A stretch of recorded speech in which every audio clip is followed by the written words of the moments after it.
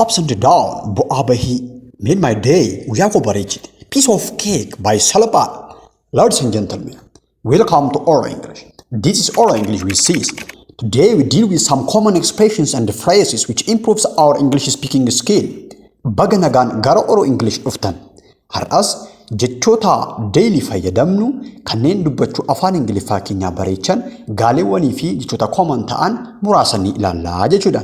Aga xumura lesson kan waliin turaan affeerraa keenya. Let's dive into it. Great. Common expression jalqabaa nu ilaallu ups and down, ups and down, ups and down ka jedhudha jechuudha. Ups and down jechuun bu'aa bahii jechuudha. Yeroo gaariif yeroo hamaa, yeroo waan mijatuuf waa hin mijanne jechuudha. Ups and down. Fakkeenyaaf jireenyi bu'aa bahii yookiis immoo yeroo waan gaariif waan gadhiin keessatti ta'u qaba. Garuu nuyi deemuu qabna yeroo hundumaa gara fuulduraatti deemuu qabna jechuu barbaan. Life is full of ups and downs, but we must keep going. Life is full of ups and downs, but we must keep going. Jireenyi bu'aa bahii hedduu qaba yookiis yeroo gaarii fi yeroo gadhii hedduu qaba. Nuyi garuu yeroo hundumaa adeemuu qabna gara fuulduraatti jechuu barbaan. Afaan Ingiliffaan kana jechuu ni dandeenya jechuudha. Ups and downs. Inni lammaffaan made my day. Made my day ka jedhudha. Kun immoo gammachiisuu guyyaa ofii gammachiisuu tolchuu jechuudha. Ati guyyaa koo bareechite, ati guyyaa koo tolchite, isheen guyyaa koo bareechite, isheen guyyaa koo tolchite. Kanaaf kan kana fakkaatan jechuu barbaan made my day ka jedhu kana fayyadamuu dandeenya jechuudha expressionii kana. Fakkeenyaaf yeroo naaf bilbiltu yookiis immoo waamichi kee har'a guyyaa koo bareechi. Guyyaa koo bareechichuu barbaan your call really made my day. Your call really made my day jechuu ni dandeenya jechuudha. Kana jechuu ni dandeenya jechuudha. Expression sadaffaa nu ilaallu piece of cake ka jedhudha.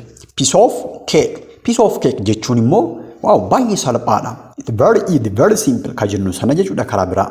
So advanced ka ta'edha jechuudha inni kun. So piece of cake ka jedhu kun expression kana yookiis immoo phrase kana fayyadamnee gaafa waa dubbannu wantichi baay'ee salphaa ta'uusaa haasa'aa jirra jechuudha. For example, qorumsi har'aa yookiin qormaanni har'aa baay'ee salphaadha jechuu yoo barbaan piece of cake ka jedhu kana fayyadamne maal jennaa? The exam was a piece of cake.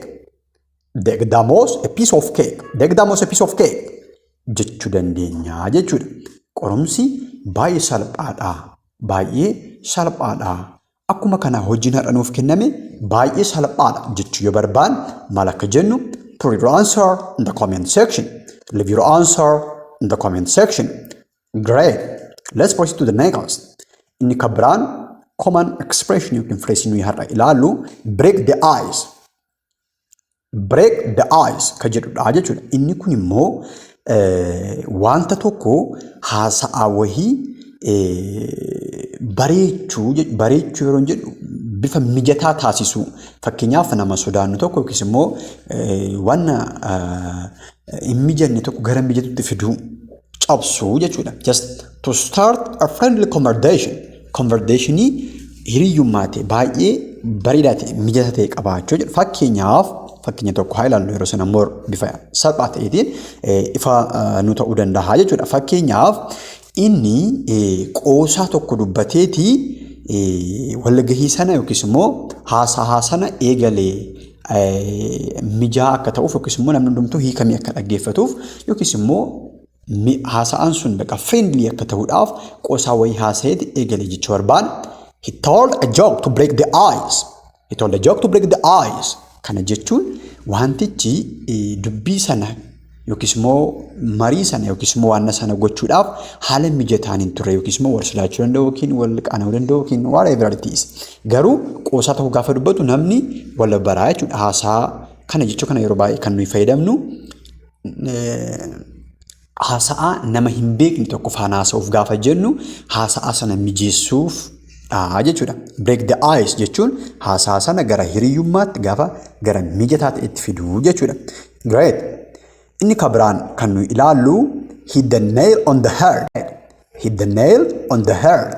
Kana jechuun immoo exactly accurately wanna sana deebii sirrii wanna sirrii tokko ta'ee jechuudha. Hit the nail on the head jechuun exact wanta ta'e wanna sirrii tokko gaafa namni tokko fakkeenyaaf gaafii wayii gaafannee yookiis immoo waan ta'e wayii tilmaami jennee inni qaxxitaa waanuma sana yoo argate hit the nail on the head exactly wanna sana deebisteetta jechaa jirraa jechuudha. Fakkeenyaaf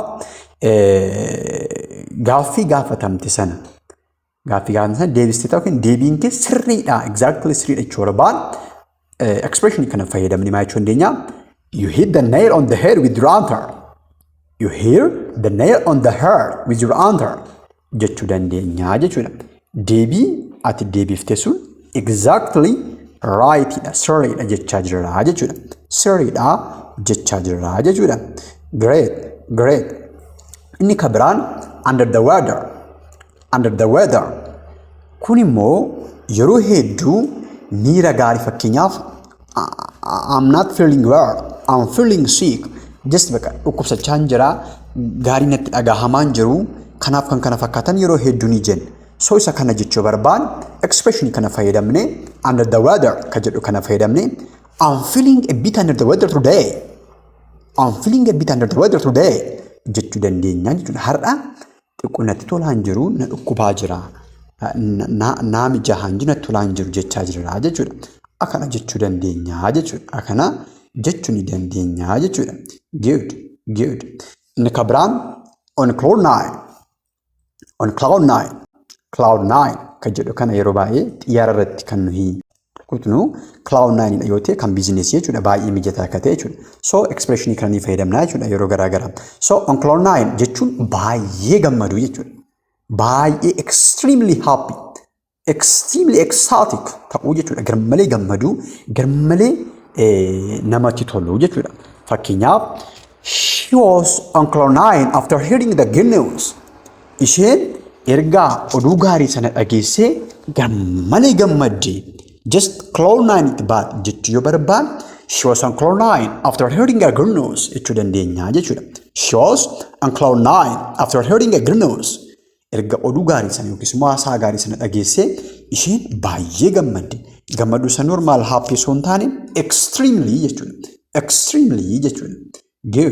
Good. Mee isin immoo in hot weather. Mr. X is in hot weather. Mr. Y is in hot weather. Yoo nuun jedhe namni tokko maal jechuu isaati? Isa kana deebii keessan koomentii jala nuuf kaa'a. In hot weather. Expression kan biraan isa kanadha jechuudha. Put your answer in the comment section. You leave your answer in the comment section. Thank you. See you again.